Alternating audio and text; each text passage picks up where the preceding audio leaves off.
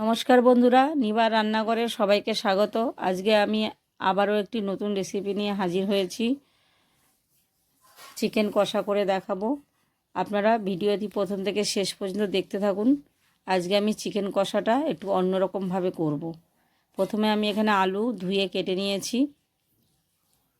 Tomato কেটে নিয়েছি, পেঁয়াজ কুচিয়ে নিয়েছি, আদা রসুন কেটে রেখেছি। এখানে আমি 700 গ্রাম চিকেন নিয়ে নিয়েছি, ধুয়ে পরিষ্কার করা।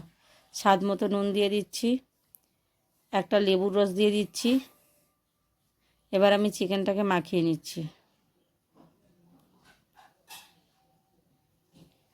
এখানে চিকেনে একটা আমি মশলা দেব, গোটা জিরে, শুকনো লঙ্কা আর গোটা গরম মশলা। এই মশলাগুলো একসঙ্গে আমি শুকনো খোলায় ভেজে নিচ্ছি। ভাজা হয়ে গেছে, নামিয়ে নিচ্ছি।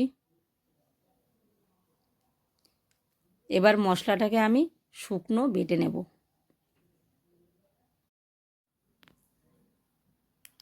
এইদিকে আমি কড়াতে তেল দিয়ে দিয়েছি, একটু বেশি করে তেল দেব। তেলে একটু নুন দিয়ে দিচ্ছি, একটু হলুদ দিয়েছি। তেলটা খুব গরম হয়ে গেছে, এবারে আমি চিকেনের পিসগুলো দিয়ে দেব।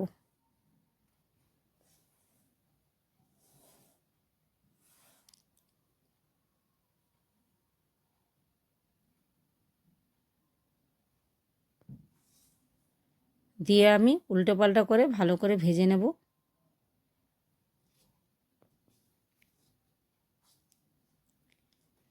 ভাজা প্রায় হয়ে গেছে অনেকটা।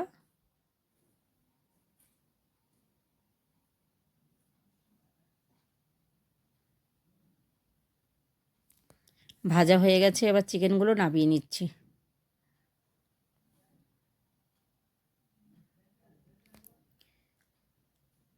আমার রেসিপিটি দেখে যদি আপনাদের ভালো লাগে তাহলে চ্যানেলটিকে সাবস্ক্রাইব করে দেবেন, লাইক করে দেবেন, কমেন্ট করে দেবেন, শেয়ার করে দেবেন।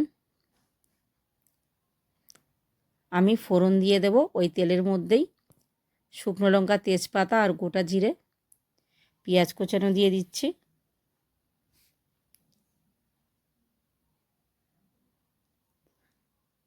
পেঁয়াজগুলো ভালো করে নাড়িয়ে দিচ্ছি।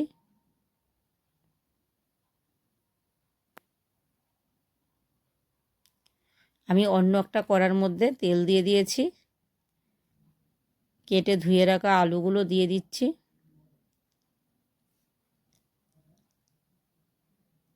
হলুদ গুঁড়ো, অল্প নুন দিয়ে আলুগুলোকে ভালো করে ভেজে নেব।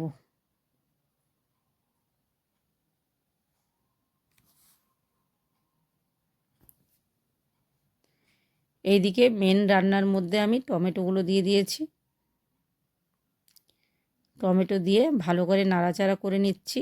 যেই টমেটো আর পেঁয়াজ একটু ভাজা ভাজা হয়ে গেছে, বড় চামচে 2 চামচ আদা রসুন বাটা দিয়ে দিয়েছি। দিয়ে ভালো করে মিশিয়ে নিচ্ছি।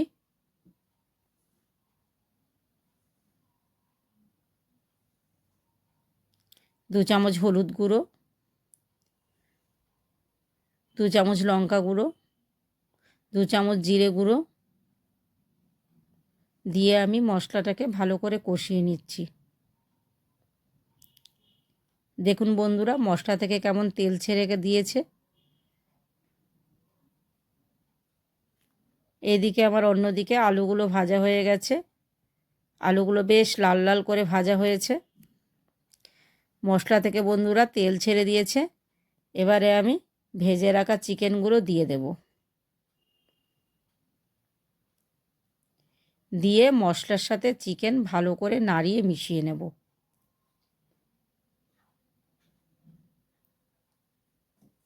বন্ধুরা, আপনারা এরকমভাবে একদিন বাড়িতে বানিয়ে খেয়ে দেখবেন, খুবই খেতে ভালো হয়।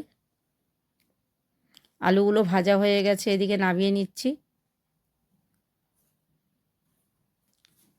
মাংসের আলু খেতে সবাই খুব পছন্দ করে। মাংসের মধ্যে আলুগুলো আমি দিয়ে দিয়েছি, দিয়ে ভালো করে নাড়িয়ে নিচ্ছি। মাংস যত ভালো করে কষানো হবে তত টেস্টি হবে। স্বাদ মতো নুন দিয়ে দিচ্ছি। দিয়ে আবারও আমি মাংসটা ভালো করে কষিয়ে নিচ্ছি।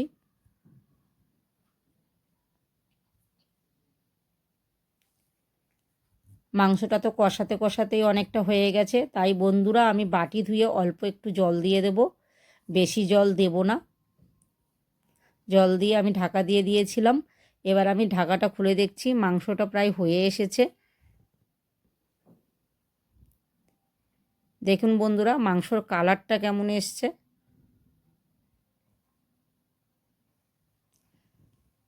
আমি যে মশলাটা করে রেখেছিলাম ভাজা মশলা, ওই মশলাটা আমি ওপর থেকে ছড়িয়ে দিয়েছি, দিয়ে আমি নাড়িয়ে দিয়েছি।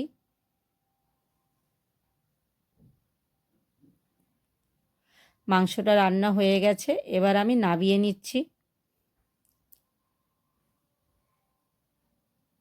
নামিয়ে আমি ভাতের সাথে গরম গরম পরিবেশন করব।